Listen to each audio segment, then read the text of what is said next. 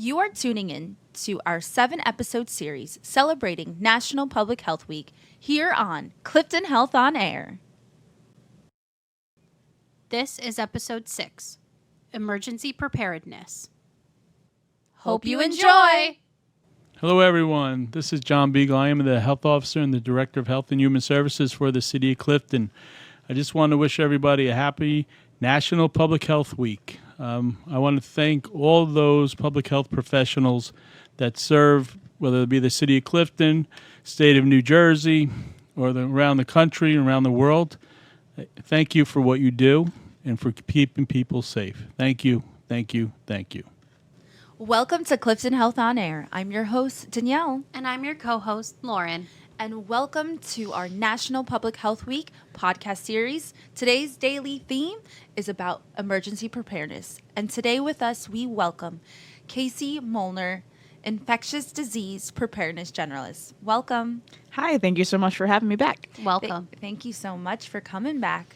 If those of you are just listening because it's National Public Health Week, this is Clifton Health On Air, and we are a local health department podcast here in Clifton, New Jersey, where we are located 12 miles west of New York City. So today's daily theme is emergency preparedness, and so the American Public Health Association defines emergency preparedness as unexpected events such as power outages and natural disasters like earthquakes and hurricanes can happen without a moment's notice. This is why being ready for emergencies is crucial. Emergency preparedness is exactly what it sounds like. It involves planning, having supplies on hand, and knowing how to stay safe during an emergency. So, Kasey, tell us, how can we be prepared for an emergency? So, you actually mentioned something that's super vital, which is supplies. So, I'm going to talk about the emergency supply kit, or what I like to call a bug out bag. And basically, a bug out bag or your supply kit is a backpack or a tub of vital things that you need to survive an emergency. So, that includes water, non-perishable foods like granola bars and cans. Make sure you bring a can opener. That's super important. Yep. First aid supplies like bandages, a flashlight with extra batteries, toilet paper, pad and paper for phone numbers or notes, a blanket, whether it's a sleeping bag or just a fleece blanket, something to keep you warm, extra pair of clothes like sweatpants, socks, underwear, tools. A lot of people don't think about tools, but like a wrench and a screwdriver will get you a long way during an emergency. Hygiene items like deodorant, soap, and a good thing too is a whistle or something that makes a lot of noise to signal for help if you need to. So like if you are trapped in a car or in the middle of the woods, you blow the whistle, somebody will find you. Cash is also a good thing to have. 9 times out of 10 when there's an emergency, power's out. Mm-hmm. So if you only have a card on hand and they can't use your card and you need supplies, cash, a couple bucks just to get you either another tank of gas or some more water. Good to have cash on you. Right. Exactly. Okay. And something really important too is games or cards, something that takes your mind off of what's going on.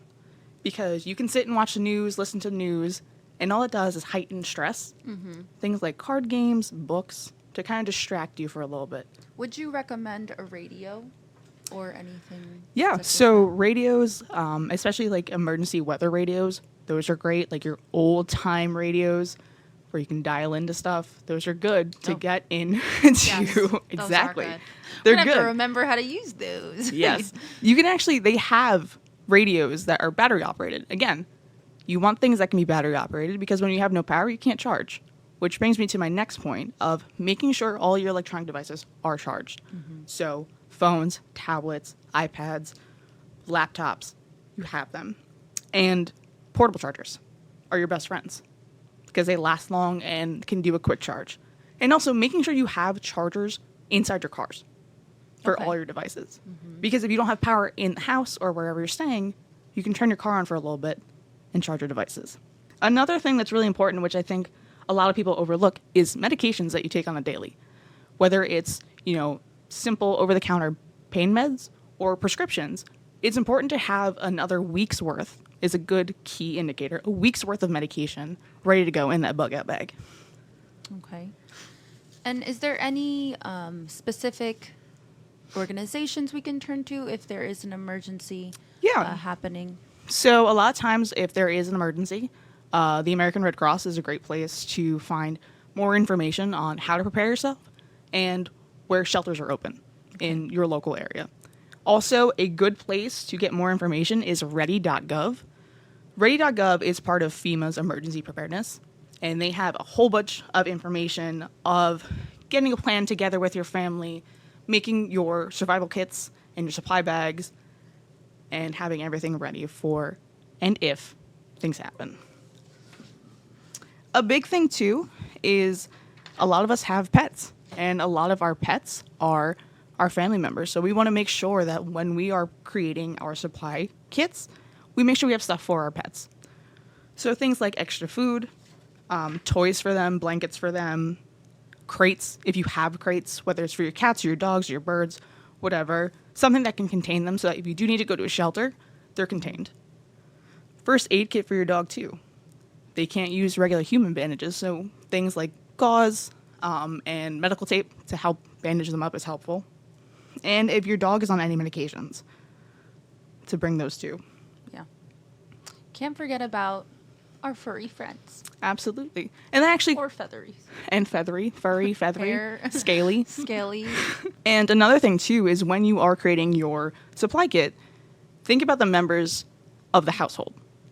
Think about their age range. So if you have elderly parents or grandparents or infants, they're going to have different requirements than, a younger brother or an adult in the house. So things like having extra formula or bottles or a walker or wheelchair for your elderly or whoever needs it, those are important things to have. And the biggest thing, too, with a bug-out bag or survival kit is the location of where it is. You want it to be somewhere that when you're evacuating, it's a quick pickup. Whether it's right by, your front door, in a closet, or somewhere in a basement where you can tell somebody, hey, the survival bag's down there, make sure you grab it on the way out. And it's labeled. Each person in the family should have their own bag with their own supplies. Again, clothes, socks, medications, just so that you have it. And water. A lot of times we don't remember water. Water. Drink as much water as your body needs. Don't ration unless you're told to. Okay. All right. Awesome. And so, do you think it's a good opportunity to create a plan with the family just so they know where all these designated locations are? Absolutely. Okay. Planning is a huge part of emergency preparedness, not only for the kit, but also when you have to evacuate, where is the meeting point for the family? Are we meeting down the road? Are we meeting at somebody else's house? So that when all the chaos stops, you can account for everybody being where they need to be. Awesome. Is there any local emergency alert systems that we have in the city? Yes. So the city of Clifton has what we call Smart 911, or also known as Rave Alert Smart 911. And for those of you that actually signed up with the Swift 911 program, it's the same thing. And what it does is you log in or create an account using your address and your phone number. And what's nice, too, is you can say your preferred language. Okay. And what that does is that when emergency alerts are sent via text and phone call, it'll be in the language that you chose. So it's not just one language. It's in every language that you need, so that we're really extending the amount of people that we're reaching. And a resident can sign up. If they're not signed up, they can sign up on our website? Yes. So the residents of Clifton can go to cliftonnj.org, and it's going to be on the homepage. If you scroll down to the bottom of the page, it's going to be called Smart 911. Okay. Click that logo. It'll bring you into the page of where you can sign up. And if you're not sure if you already have an account, sign up. It'll say account exists or doesn't, and it'll walk you through it. Perfect. Is there any final tips you would like to tell our listeners? Just stay safe, stay alert, and being prepared is the best way to get yourself through an emergency. Thank you so much, Kasey. We want to say thank you and happy National Public Health Week. Thank you for all you do. Thank you so much for having me, guys. Have a wonderful day. Thank you. Tune in to our podcast every day this week for a new episode of our 7-episode series celebrating National Public Health Week. If you have any questions, you can email us at health@cliftonnj.org.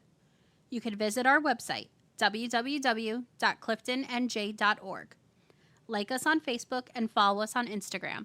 Our handle is Clifton Health. And as we do before we leave every day, let us ask ourselves, did you make a difference in someone's life today?